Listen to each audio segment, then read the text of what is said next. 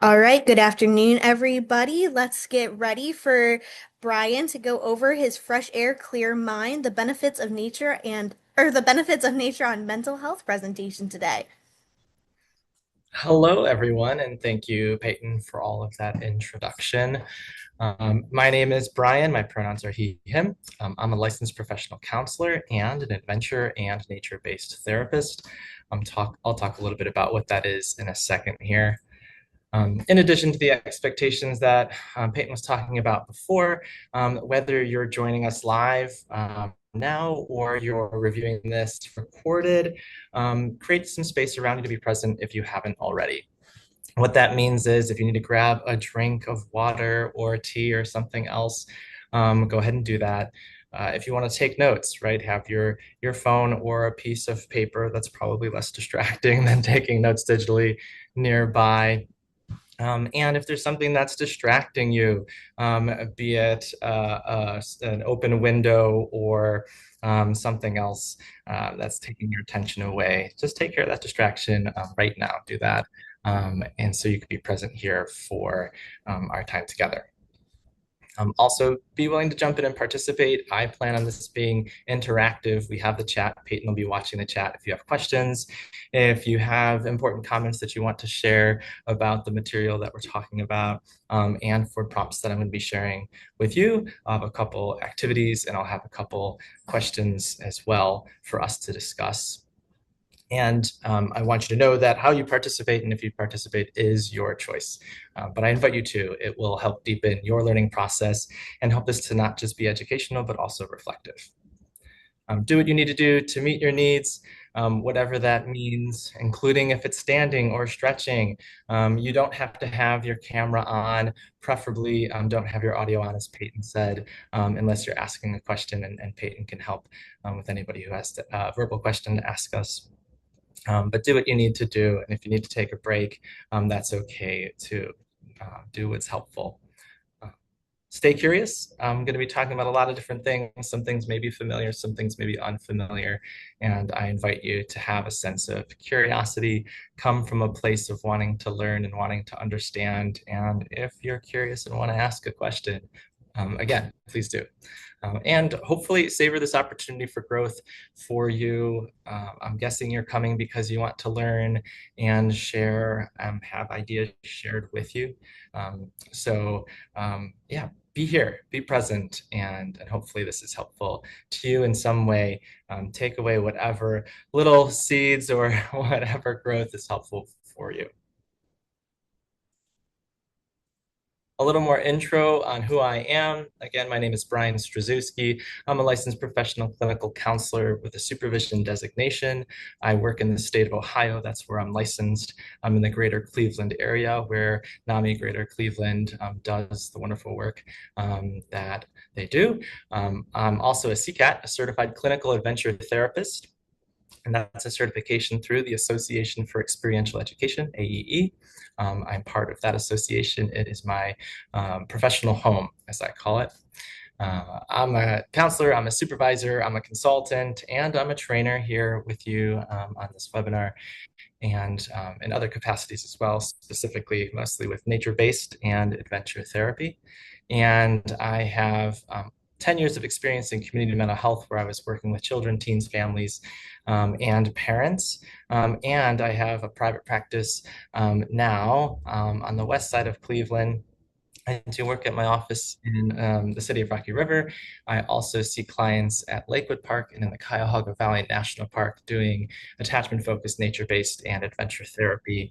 And my practice, Everchanging, is actually where I am right now, where I'm coming to you live or recorded from. And I've worked in many, many different settings in adventure therapy and nature-based therapy. And if you have questions about that, feel free to ask me later, but for now, I'm ready to jump in to start with one of my favorite quotes. I have a lot of favorite things. This is one of my favorite quotes. This one comes from Robin Wall Kimmerer, author of Braiding Sweetgrass. I'm sure some of you have heard of this. Some of you have read it, maybe love it as much as I do. But this is a book that blends together indigenous wisdom from an Indigenous woman, from her perspective and her background, her lived experience with science and just with connection to the natural world. And this quote is, "I came to know that it wasn't naming the source of wonder that mattered. It was wonder itself." This idea of wonder, it's something that we talk a lot about when we're talking about work and nature, when we're talking about connection between humans and the natural world, especially because I think it's important to note that we are nature. We are part of nature, whether we are outdoors or indoors or anywhere else. We are natural beings as well. And this sense of wonder is a sense of something that is greater than ourselves and experiencing something greater than ourselves, kind of like the feeling of awe, maybe blended with curiosity as well. And as you're getting to know me a little bit here, you'll recognize that I talk a lot about curiosity. I'm happy to share this presentation with you, and I hope to bring you a little sense of wonder as we're talking about the power of nature on mental health. As we're starting with our breath is a good place to start. Again, I'm a mental health counselor. I probably would say something like that. If breathing is not really your thing, I'm sure you're doing it anyway. So breathe as you are. If you want to try this square breathing, whether you know it well or have never experienced it before, it's just a little breathing exercise that I think is a good place to start when we're learning and trying to engage and trying to create space for that process of engagement. And so it's going to look something like this. In a moment, I'm going to invite you to breathe. And as we breathe, we're going to breathe in for 4 seconds. We're going to hold that breath gently for 4 seconds. We're going to breathe out for 4 seconds and then hold for 4 seconds, kind of creating a square of our breath. Sometimes when I'm doing this, I might trace on a piece of paper a square as I'm doing each step. Sometimes I invite others to walk as we're doing this as well. And so taking 4 steps forward as we're breathing in, 4 steps forward as we're holding, 4 steps forward as we're breathing out, 4 steps forward as we're holding. You can walk in a square, you can walk in a straight line, but there are different ways to do this that I think are more engaging, not just with our breath, but our bodies. And so if you want to be moving while you're doing this, if you want to be drawing while you're doing it, that's great. I invite you to do that. If you want to just be sitting and calmly breathing, that's great too. That's how I'm going to facilitate it from here. And so wherever you are, plant yourself, feet to the floor or bottom to your chair or whatever it might be. Peyton, are you hearing me okay? I noticed someone in the chat said they were having trouble hearing me. I just want to make sure that it's not on my end. Yeah, I can hear you Okay, just great. fine. Okay. Um, Thank you for double checking. So if you're having trouble hearing me, it might be on your end, not mine. Great. Okay, I move around a lot when I talk, so I'll try to keep still enough to be near so that my microphone's picking me up well. Um, I'm definitely a kinesthetic, movement-based person, but I'll do my best. And so if there's ever any point where you're not hearing me clearly or you need me to repeat something, it looks like the chat's working to make sure that I'm helping you the best way possible. Okay, so I'm going to walk us through some square breathing here. And so plant your feet, root yourself where you're sitting, gently, not firmly, right? Allowing your body to be present where it is. And whether you're sitting or standing, try making your spine like a tree trunk, not so straight like a perfect pole, but straight up and down, kind of like a tree would be. And it's okay if there are little bits and curves there in your straightness, in your posture here. And we're going to start with a breath in and draw that breath in through your nose for 4 seconds. And hold for 4 seconds. 2, 3, 4, and out, either through your mouth or nose for 4 seconds. And hold 2, 3, 4. I'm going to do this another 2 rounds. Breathe in. 2, 3, 4. Hold. 2, 3, 4. Out. 2, 3, 4. Hold. 2, 3, 4. In. 2, 3, 4. Hold. 2, 3, 4. Out. 2, 3, 4. Hold. 2, 3, 4. And come back to normal breathing. Breathe in, allow your nervous system to adjust back to your normal breath. This square breathing, it can be helpful. It doesn't mean it always is. This square breathing is good for calming our nervous system. It's good for kind of taking a break. If you want breathing that is helping you get from overwhelmed down, that breathing will almost always look like breathing out more than you breathe in. Just a tip in case it's helpful. Breathing out more than you breathe in. With square breathing, we're trying to calm. With something like 3-4 breathing, we're breathing in for 3 and out for 4, or 4-7, breathing in for 4, out for 7. That's more to kind of reset when we're feeling overwhelmed. Okay, hopefully that was a little bit helpful. If you want to leave a comment on it in the chat, you're welcome to. But I have something else for you to comment on. So we're talking about connection with nature. That's what you're here for, to learn more about. And I like to start with a prompt here. And so my prompt to you is, why do you think people are less connected with nature in this moment in time? It may not be true for you. It may not be even true for your perspective overall of people. But I'm wondering what your opinions are here. So if you have an opinion on this, write it down. Even write it in the chat. If you don't want to send it, don't hit send, but maybe just write it down. This matters what your perspective is. It probably also matters about what your connection with nature is.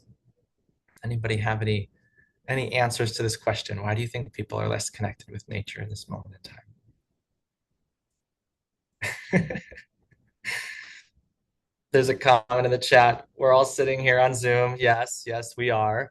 And we have our screens. We have these spaces that we're in that require our time and attention. We have technology that is constantly vying for our attention. Maybe being in fear of silence. Yeah, sometimes out in nature can feel quite silent.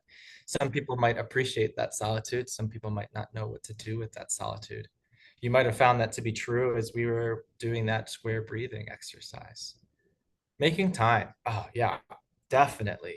We have so many demands on our time, and so many things that we could be doing. Yeah, a lot of people, it looks like screens are definitely one for you. Yeah.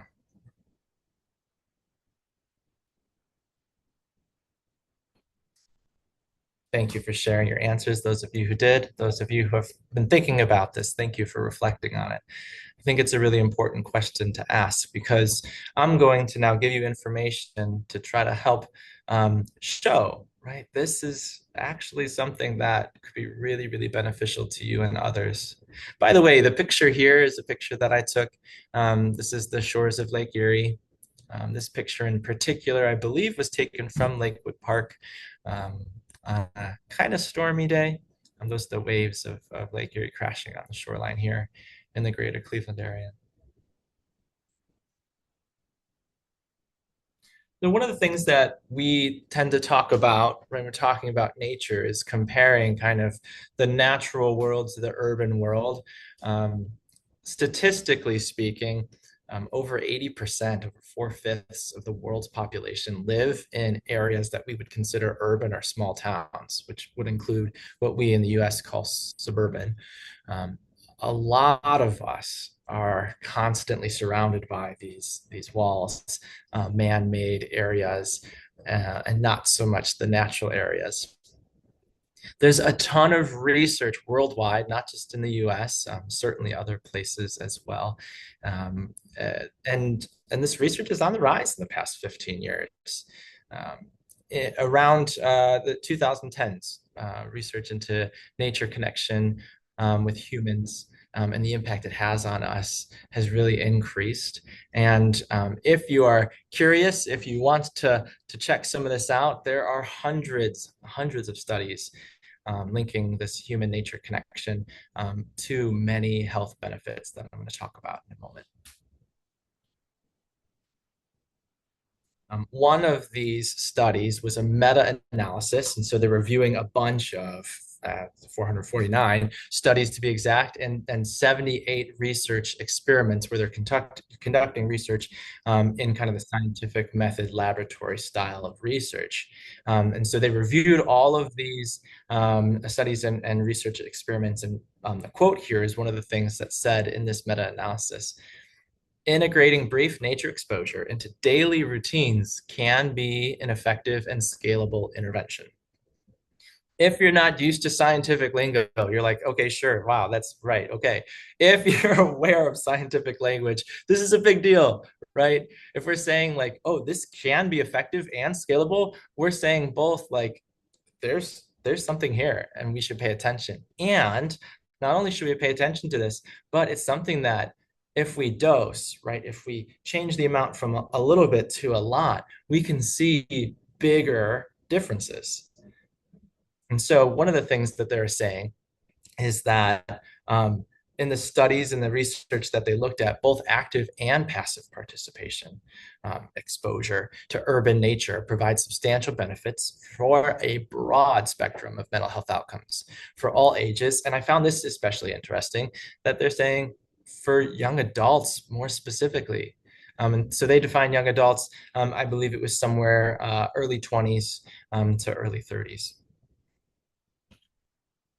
Additionally, the same meta-analysis showed that nature exposure longer than 45 minutes was associated with significantly reduced stress and increased restorative effects and vitality compared with shorter durations. And other mental health benefits were equally gained with any duration. And so that's really important here. 45 minutes, right? If we want to decrease stress, 45 minutes connecting with nature. Other mental health benefits, it can be a shorter time than that to get the benefit. That doesn't mean that you have to spend 45 minutes in nature to get stress related benefit, but that's what the research shows is most impactful.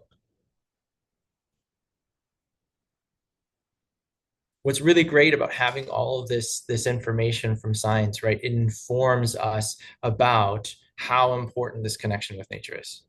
And so generally speaking, for mental health, higher levels of green space and time in nature is associated with symptom reduction of depression, anxiety, anger, stress, as we were just talking about, and fatigue, and it can help improve focus, mood, and emotion balance. And that's huge, right? It's really super important. We'll talk more about the hows in a little bit, but this is the why it's important here. It also has a good impact on physical health, right? If we're engaging in outdoor activities with walking and hiking or swimming, these sorts of things, right? They improve our cardiovascular health. We know a lot about movement and the connection between movement and our physical health. This also boosts our energy levels and supports active lifestyles. And when you integrate both, you get the benefit of both physical and mental health. One of my personal benefits that I want to make sure that I'm talking about. Personal because it's important to me, not personal because it's just me. I think this is true for everybody that nature experiences, and of course, we're talking about positive nature experiences. There are certainly not always positive nature connections. Positive nature experiences increase appreciation for ecosystems, leading to more responsible behaviors and commitment to environmental protection and sustainability. And it also contributes to city planning and urban development policies. And so when we're exposing ourselves to nature, it makes it more likely that we're continuing to want to expose ourselves and others in positive ways to nature. And the evidence is here to support how powerful these impacts are. Some additional benefits from some specific studies. Trees, this is really cool. If you've never heard of this before, it kind of sounds, I don't know, maybe a little strange, but I think it's really exciting. Trees release antimicrobial organic compounds called phytoncides, and breathing them in is shown to boost immune functioning. And get this, for up to 30 days, right? Not just immediately, but the impact continues for us. So being around trees, it's helping us to feel better, to recover better from illness, to prevent illness as well. Another study that was published found that participants who walked for 90 minutes in natural areas versus high traffic urban settings, right? So this is a comparative study, showed decreased activity in the region of the brain associated with rumination. Right? Rumination is that repeating thoughts where we can't get that thought out of our head and we keep stewing on it, mulling it over, and can't get it out of our brains, right? This is often something people with depression and anxiety experience, and that 90-minute walk in natural areas help more than a 90-minute walk in urban areas, kind of furthering that connection to the natural elements of the outdoors. Nature exposure is also shown to stabilize the nervous system by suppressing our sympathetic nervous system, what we call our fight or flight response. It's also not just fight or flight. We also know it now to be also freeze response, right? Getting stuck and frozen, not moving. Flock response, flocking towards people in connection to help us. And a fawn response, which is maybe giving in or not saying no when we mean to say no because we feel threatened. But this part of our brain, right, nature exposure is starting to stabilize this part of our brain and help it to not be overactive. And engages the parasympathetic rest and digest activity, which is the counterbalance for that fight or flight response. Additionally, studies on forest bathing show that forest bathing triggers a measurable increase in serum serotonin and blood oxytocin levels, which improves our baseline mood stability. I also think it's really important to consider that there is ancient indigenous wisdom that already exists that informs what we're learning and kind of showing with evidence now through science. Things that have already been known. But our culture, we tend to want proof. We want evidence to show these things. But here are a few examples of that indigenous wisdom. Shinrin-yoku, the practice of forest bathing was developed in Japan about a half a century ago in the 1980s. And a lot of forest bathing is based on Shinrin-yoku, which is ancient wisdom of reverence for the intimate and sacred relationship between humans and nature. Forest bathing is becoming popularized in the United States and other places as well. Forest bathing is a systematic way of interacting with nature. Native Americans in the Americas, they practice reciprocity. So Native Americans function with nature as a relationship. They view beings in the natural world as relatives, right, through that relational perspective. And through these relationships, they have learned and understood knowledge that's been passed on for many, many, many generations that they call traditional ecological knowledge, to care for and with nature. Right? Caring for nature is important because nature cares for us as well. And the evidence that I was just talking about shows that, supports that, and the history supports that in these cultures as well. And also in Celtic animism, in Celtic beliefs, we're talking about in the area of Ireland, all things in the natural world possess a spirit or a soul. And this belief extends beyond human beings to animals, plants, rivers, rocks, and is especially true of trees. In Celtic belief, there's a deeper connection, spiritual connection between humans and trees. So some examples here. This is certainly not a full list of indigenous wisdom about the connections between nature, but certainly areas to explore more about if this interests you. It certainly interests me. If all of this is exciting to you and you're kind of like me and you're a little bit nerdy about these things, or maybe a lot of bit nerdy about these things, check out the Natural Capital Alliance. It's not something I'm affiliated with, but it's something that is really exciting to know is out there, something that exists.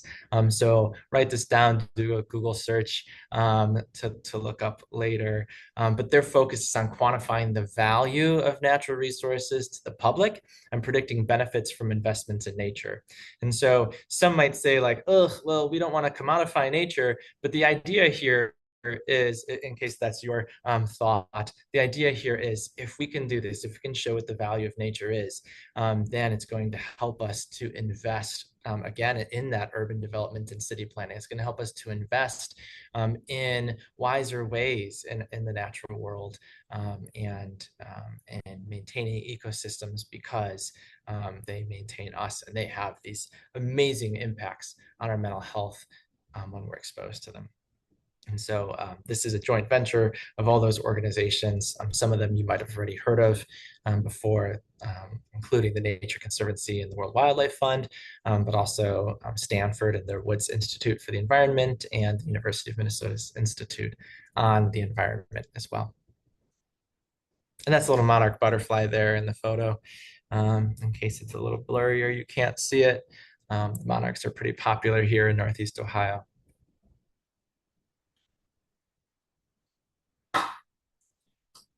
According to Canada's prescription for nature, if you've never heard this phrasing before, prescription or nature prescription, we're talking about organizations that promote the idea of getting people out in nature by having healthcare professionals prescribe time in nature.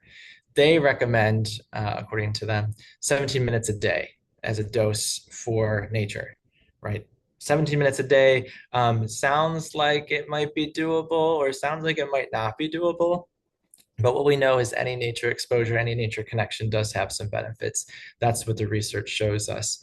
And so back in the slide previously, we're talking about right exposure, especially, but not necessarily active exposure, right? Passive, it could just be sitting outside.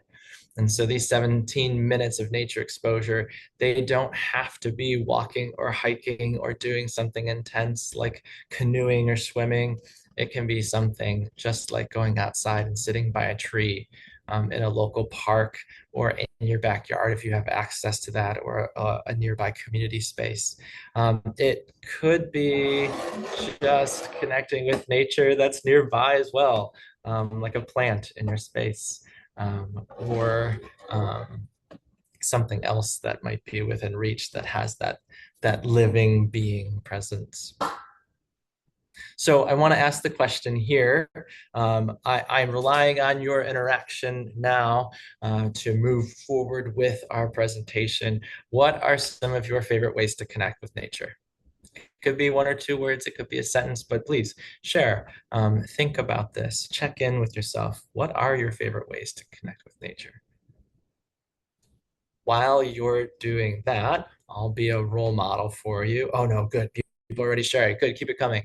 One of my favorite ways to connect with nature is just finding a sitting spot and noticing. It's hard to do because it takes about 5 or 10 minutes before my brain stops scrolling, I think is a good word for it. Um, and then once I'm able, just kind of sitting with all the sounds and the sights and the noises. Some are sharing walking in my neighborhood and in the metro parks. That's cool if you have nearby metro parks. Love that. You might be referring to the Cleveland Metro Park system. We have that nearby. Here in Rocky River, even it's here about 5 minutes from me. Hiking, biking, kayaking, or just sitting. I'm with you there. Hiking and kayaking. Yes, yes. Someone said gardening. I'm with you. Yes, I wonder if you'd be willing to share what you garden or what your favorite thing to garden is. I'm definitely curious. Bird watching. Yeah. I wish I was better at sitting still and just enjoying nature. Okay, you might know exactly what I'm about to say. And it's okay. I mean this with support and with care. The best way to get better at this is to practice, is to practice. And if it's only 1 minute that you've sat still in nature before you have to get up, great. But note that, and then try it again, and then try it again, and try it again. And if it's not working for you, you might need some specifics about how you're sitting or where you're sitting. And so little experiments are a good way to practice to figure out what works. Um, for some, right, just sitting, finding a rock to sit on that's your place, it works. For others, maybe variety is needed. Someone commented, we created a beautiful herb and floral garden in our backyard, put in a pond. Wow, with water plants. That's really cool. A lot of the research that I was talking about is on green spaces. When we talk about lakes and rivers, ponds would probably be categorized as blue spaces. And blending green and blue spaces is really cool. But there actually is not a ton of research on blue spaces, on water and human nature connection when it comes to water. Sitting at the solstice stairs. I believe you're talking about the solstice stairs in Lakewood here in Northeast Ohio. Sitting in the sun, walking in daylight.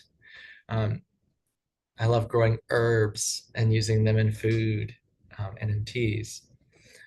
Um, Walking by a creek and a river is so enjoyable. I'm a water person, so you might be with me. Water is the element I connect most with. Trees are a nature being that I connect most with as well. Yeah. Yeah. So someone made this comment and I love this comment. Thank you for sharing it.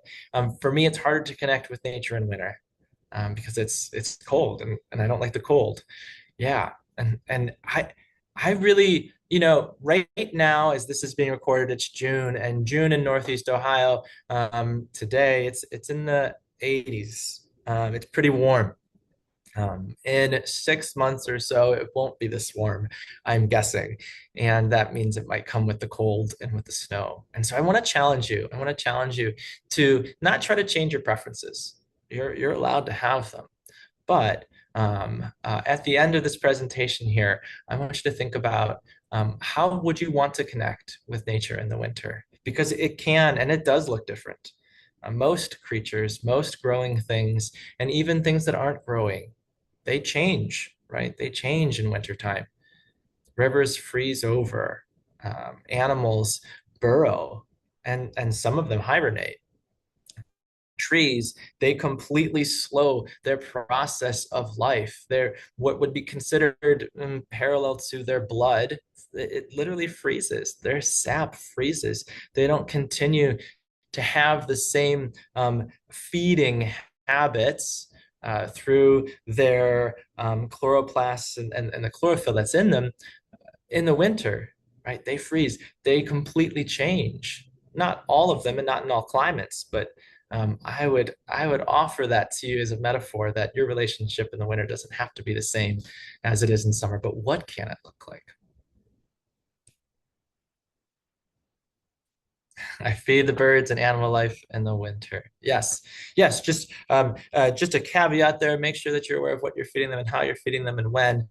And I don't particularly endorse feeding of all animals at all times because sometimes they have their natural rhythms that they need. But I'm sure that brings them close to you and you're able to observe them. So you probably have some good reasons why you enjoy doing that. Thank you so much for your sharing. I appreciate the conversation and the opportunity to honor your experiences and your preferences and to say them out loud to everyone here. So some of the things that you mentioned, some of the ways that you connect with nature are here. Some maybe that you didn't mention are here as well. A bunch of different ideas, walking, running, or hiking with the body movement. I'm a climber. I like to climb in nature as well. I'm typically an indoor climber, but when I can get out and climb on actual real rock, it's a wonderful, lovely thing. Gardening and cultivation, some of you had mentioned that. Picnicking and playing, that's a wonderful way to connect with nature as well. Just being outside, eating food, or doing activities, playing games. Sitting in solitude, we had talked a little bit about that and how that isn't always easy to do. Therapy, I do therapy. I take people outdoors and do therapy with them. That is certainly a nature connection activity that some can have if you find the person, a therapist who's willing to support that, foster that. Creating and eating food. I don't recommend eating things while you're hiking if you're not familiar with them, but certainly that's something we can do as a connection with nature. And it's something that you don't have to be outdoors to do. right? Being mindful about where your food is coming from and thinking about your food, observing your food while you're eating it can be a wonderful nature connection experience. Exploring, seeing new places, seeing new things, touring new places, learning in and about nature can be a connection to nature, like reading the book Braiding Sweetgrass. If you need a new nature book, maybe you've heard of this one, maybe not. The Light Eaters. It's by Zoe Schlanger, one of my favorite books. It's about plant sentience. And if that sounds too nerdy for you, I don't know, try it. If it sounds just nerdy enough, please read the book. I love this book. Uh, Such a cool story. Storytelling, as I was just talking a little bit about, and reading in nature can be such a pleasurable connection. Uh, Arts and crafts and creating things in nature. Just make sure that if you're building any structures in nature, that you're putting it back where you found it. We want to respect ecosystems. Mindfulness practice, journaling, and praying in nature can be really powerful, especially to engage processes of awe and wonder. Exercise in all different kinds of forms, competitive play, and all different kinds of sports and activities. I was playing with an ocean about a month ago. I had the opportunity to be at an ocean, and I was playing by running away from the tide as it was coming in, and then getting as close as I could to the water and running back towards the land. It felt so silly and super childish, and I loved it. It was playful, and it helped me feel young at heart, which I think is something that we all need to practice. Also, wildlife observation and photography, that's wonderful. By the way, there is a study that shows that young people with technology can benefit from having technology on hikes and in nature experiences. It just needs to be limited, right? You have to choose with intention what you're going to use your phone for. Taking pictures of nature can enhance nature connection. Text messaging people can detract from nature experience and the positive results of nature connection. But I thought that was really interesting that electronics aren't specifically a bad thing in nature for young people. Camping is a wonderful way to connect with nature. And of course, as was mentioned, water-based activities like kayaking and canoeing and paddleboarding and swimming and all that good stuff. So just some ideas here. Okay, so before we talk about the next topic, another question. Where is one of your favorite outdoor places? And this might be, yeah. I'm so sorry. I was totally interrupted by that comment, but I love the comment. I use my phone to identify plants I'm unfamiliar with. Yeah, I have an app as well that's a plant identifier app, and I love to do it. Quick story. I wasn't sure what the plants were that were growing in my yard, and they're kind of like creeping in and in places that I didn't particularly want them. And so I started identifying what all of them were. And one of them happened to be lemon balm. And so what I did was I plucked the lemon balm and put it in a little pot, and now it sits on my patio next to some mint and some citronella to keep the bugs away from the patio. Not that I don't like the bugs, I just don't like them on or near me when I'm trying to enjoy my backyard. So my question for you is, where's one of your favorite outdoor places? And as you're thinking about that outdoor place, do you feel safety and belonging there? Do you feel safe in that outdoor space? Do you feel belonging? One of the things that I had mentioned is not everybody has all positive experiences with nature.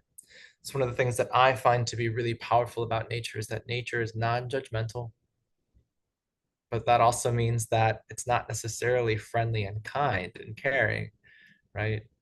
Nature doesn't mind if it's raining on you, although you might mind if it is. So that goes in that next question. When do you prefer to be outside? So share in the chat. What's one of your favorite outdoor places? If you care to name it, you're welcome to. If you just want to describe it, that's okay. And do you feel safety and belonging there? If you want to share about that as well. As you're sharing, I'll share about one of my favorite outdoor places. I think there's a picture of it here somewhere in this presentation, but it is in the Cleveland Metro Park system, and which also overlaps with the Cuyahoga Valley National Park on the west end in Brecksville Reservation. There is a loop there called the Gorge Loop, and that's one of my favorite places to be. There's some boulders down in the gorge, and I have a little sitting spot there where I like to sit and observe the water sounds and the birds and be with the trees. And all of the ferns. There are so many ferns. That's one of my favorite places.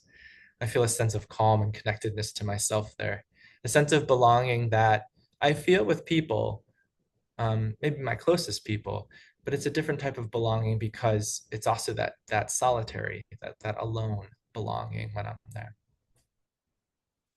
So I see some comments. Kelly's Island, which is in northern Ohio, Rocky River Reservation, and the Fort Hill Steps. I don't know if I know the Fort Hill Steps. I'll have to check that out. On the Emerald Park system in Rocky River. A lot of people, yeah, nearby actually where I am right now. Anywhere near water, it sounds like oceans, lakes, streams. Does that include the rain as well? I wonder. The lake shore. Oh, yeah, Alaska. That's a wonderful place to visit if you ever have the opportunity and the means to. Chesapeake Bay, Ohio State Parks, Cleveland Metro Parks, CVNP, Richfield Heritage Preserve, and in the Amish country, yeah, Sugar Creek and Walnut Creek here in Ohio. Wonderful, wonderful. Thank you for sharing and for interacting. I appreciate that, sharing about your places. So as you're calling those places up, we're going to talk a little bit about why this is important to have these places.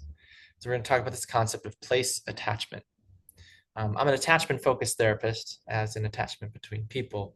Place attachment is defined as cognitive emotional bonds, right? Between people would be what human attachment is, but we're talking about cognitive emotional bonds between individuals and their important settings, which includes these elements: the person and their experience of meaning in that place, the process and what's happening with them, including the interactions with the place, the process of those thoughts and feelings and actions there, and the place itself, the location and its characteristics. This is the image I was telling you about. This is at the bottom of the gorge loop there in Brecksville Reservation. Um, this is in winter, as you can probably tell with the snow here, if you're able to see it. Um, it was such a cool experience to visit this spot in every season. And so I know it in the winter, I know it in the spring. It looks quite different in the spring, but it looks way different in the summer when those trees in the background are full with green, and not just the evergreens on the sides. And in the fall as well, it's totally, totally different colors than you see in this palette here. This place attachment is a sense of home and belonging. In attachment theory, having a safe haven, and so a place where we feel safe, where we feel protected, where we feel like we're going to be okay, where we have the means to be okay, and a secure base, right? Security is the sense that we can come back. The security is the sense that it will be okay, not just that we are okay and safe now, but that things will be okay, and that we can return to safety as we need to. These are essential for our connections with ourselves and essential for our connections with others. And nature-based therapists, ecotherapists, other nature educators, we all believe strongly in this idea of place attachment and this connection to the places that we find meaningful. And you're talking about some of those places here in the chat, thinking about some of those places hopefully as well within yourself. Okay, we're going to do a brief activity here. And so if you have nearby nature, be it a plant, a window to look out, maybe you don't have a plant nearby, don't have a window, you're in an isolated place. I had an office and it was all bricks, all brick walls. I felt pretty enclosed. Maybe you have a vegetable or a lovely piece of fruit or some herbs that you can be nearby. We're just going to do a brief observation. If you don't have something that you can observe directly, you can always observe internally in your mind's eye. And we're just going to do some 5 sense noticing here. So take a breath, and I want to start, if you're able, with your vision. So whether it's externally or internally in your mind's eye, maybe a place you're describing, what do you notice? What are the colors you notice? What are the textures you notice? What are the sizes? Big, small, sizes relative to other sizes? What are the lines and the contours? What are the shapes? What are the interactions between the elements of the shapes and colors? Try to notice something that you haven't noticed before.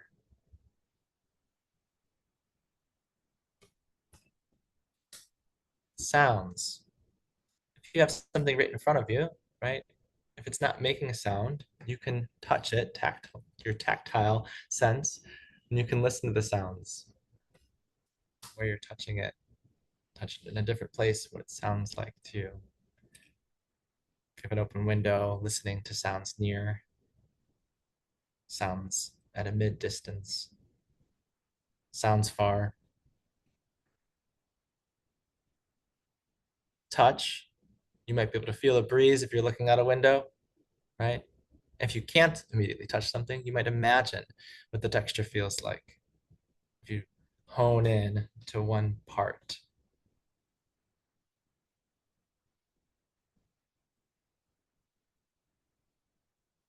Smell. You might have smells in your immediate area. I don't think I've ever smelled this plant before. It doesn't have a strong scent to it. And last, taste. I definitely have never tasted this plant before, and I think I'm going to choose to not taste it today. You can imagine what something might taste like and engage that sense.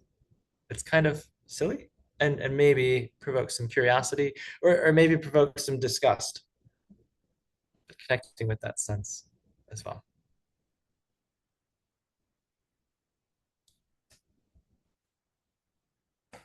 Just some quick tips on how to prepare for nature experiences. You might be familiar with this, helpful reminders. Definitely check the weather report, including the UV index. Your skin health matters. Oh, excuse me, plant. Check out the location, research the location, including if you need restrooms, making sure to note where those are and nearby food.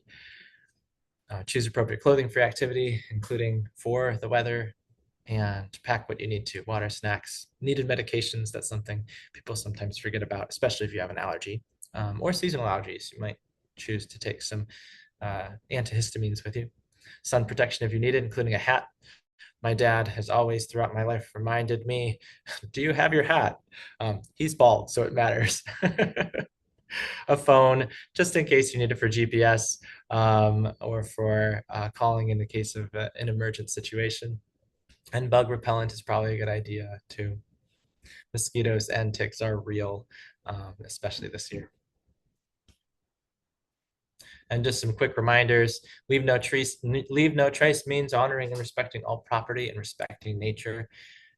Cleaning up any litter that you pack in, pack it out. Even if there's no trash can, take it with you. It's yours, it doesn't belong to that space. Avoid moving or damaging any nature, including creatures, and stay on marked trails and recreation areas. That's really, really super important to not go off trail because ecosystems can be impacted by your feet, even if you don't think so. Um, there definitely can be impacts that you might not be aware of. And leave nature where it is. I have a rule if I'm going to take anything in nature, I have to be thoughtful about it, and I need to ask first. And occasionally I do get an answer when I ask if I'm allowed to take something. But I do take things very, very rarely. And my recommendation, support sustainability, choose eco-friendly services, reduce your plastic use by using refillable water bottles and the like, and respect local rules. Environmental responsibility helps us to protect these environments and preserve them for others and for the future. Again, if we take care of nature, evidence shows that it takes care of us. Um, One last thought here is the idea of nature-based social prescription. I love this idea. I had mentioned it before, and there's research to show, especially when it's social prescription, about connecting people with each other in nature and physical activity sorts of things. It has a big impact on loneliness. And so something healthcare providers like me can do is make a specific prescription. Hey, I know of this thing. It meets on this day of the week. I would like you to go. I'd like you to try this. And then trying to address whatever barriers there are to making that happen. Such resources that someone might prescribe are something like Silver Sneakers. A lot of organizations like Silver Sneakers exist. Again, I don't have an endorsement with them. I'm just bringing it up because I think it's a great program, and they work with Medicare plans so that this is a low cost or no cost option for seniors 65 and older. Local parks and community gardens, a lot of people mentioned those in the chat. Those are a great way as well to connect. And of course, NAMI walks. Organizations like NAMI put on these movement-based sort of connection-focused activities. And so I just want to take a second and just advertise for NAMI Walks. It's coming up on the 19th of September. That's a Saturday, and it will be at Edgewater Park. I wasn't there last year, but I was there the year before, and it was just a wonderful community experience and time to be outside together in connection. So there's a QR code there you can scan with your phone. And of course, you can also look it up by giving a little search online, and NAMI Walks will come up and you'll get some more information on there. You can always reach out to NAMI if you want more information on that as well. Okay, so last thing to do. I know we only have like 3 more minutes left, and I just want to make sure that I'm offering you this challenge. Your challenge here is to name a personal intention or commitment to develop or deepen your personal relationship with nature. And I would love it for you to put that in the chat if you're willing. As we're closing, what's your commitment to develop or deepen your personal relationship with nature? If you don't write it in the chat, write it down. Put it on paper. Put it somewhere where it's not just in your mind, but it's out in the world, so that that is a commitment that you're making, not just here, but to the outer world as well.